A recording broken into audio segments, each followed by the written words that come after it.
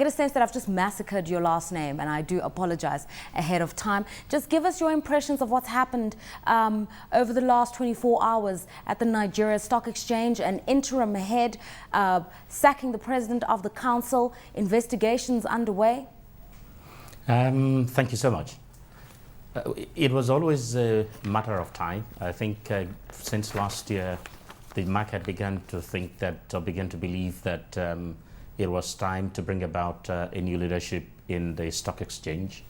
After a while, there were those who felt that given the upheaval in the banking sector, that we could perhaps wait a bit before steering another aggressive move in the market. So that in my view, ensured that we waited up till now. But last night, word began to move around that it had happened, that the Securities and Exchange Commission had asked the Council of the Stock Exchange to fire its Director General, and if it did not do that, that the SEC would do the firing itself. Right. As it turned out this morning, a new interim Director General has been appointed. He is a former managing partner at the Deloitte affiliate in Lagos, a very respected accountant, someone who has been in the market. He knows the market very well.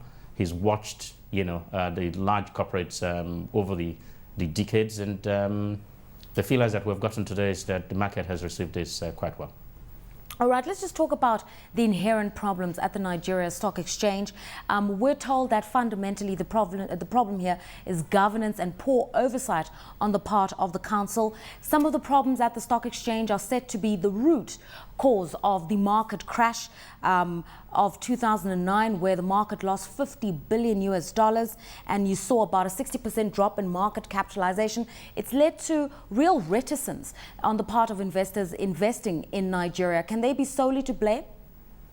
I think largely because, as you said, many here took the view that the crisis leading to the collapse that you alluded to were self-inflicted, that it did not all come from the global meltdown that we saw and the collapse in stock prices across the world. We indeed suffered much more than the rest of the world did.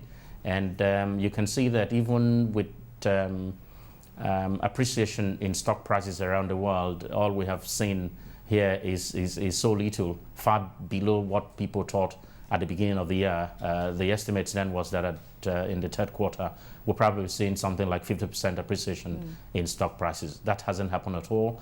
And many blame infractions, involving the leadership of the stock exchange for the erosion in confidence in the market. Let's talk about those infractions, because allegations are fast and furious.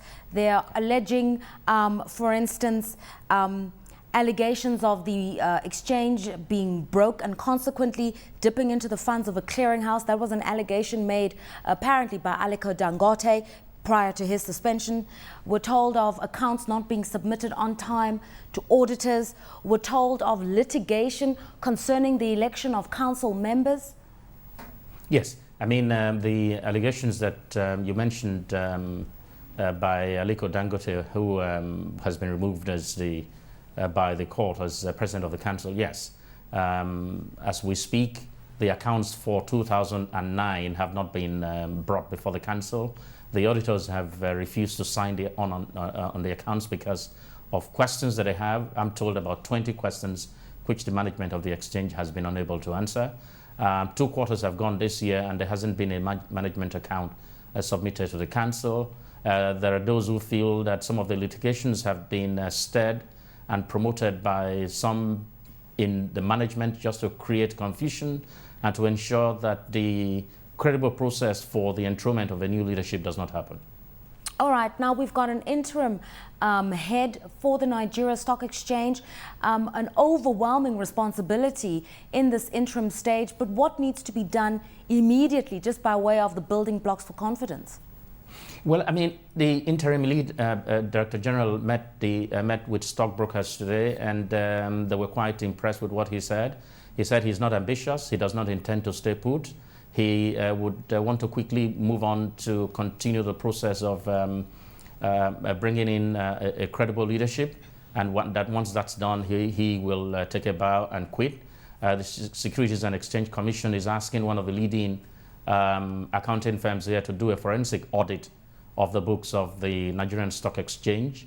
We expect that that forensic audit could possibly uncover evidence that will be used in prosecution against some of the leaders of the stock exchange. We think that what is required at this point will be for the new Director General of the Stock Exchange to continue confidence building measures. He has started well today with a meeting with the stockbrokers.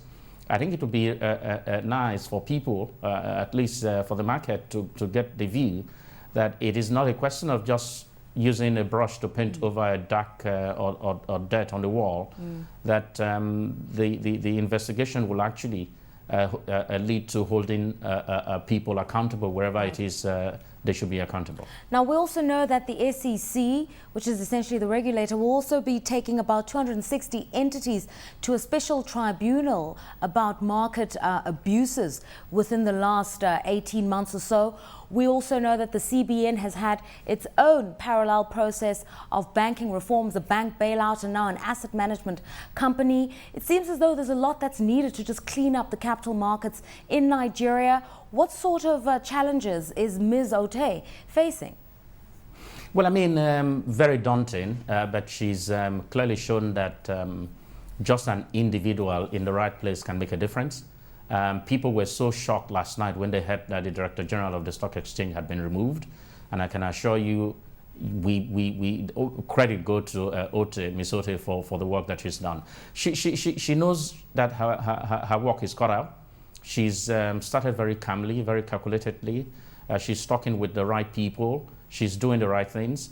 And I think bit by bit, the market is beginning to get the feeling that, yes, we are getting a few things right. For instance, that there is the right leadership at the Securities and Exchange Commission that is able and willing to use the whip if it has to.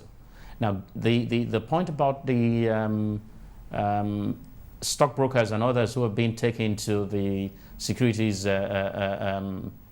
Tribunal, you know, all the process around the banking consolidation that we saw some years ago, what we now see are sordid tales coming through from how those offers were listed, how money changed hands before those things happened, overpricing, and all manner of manipulation.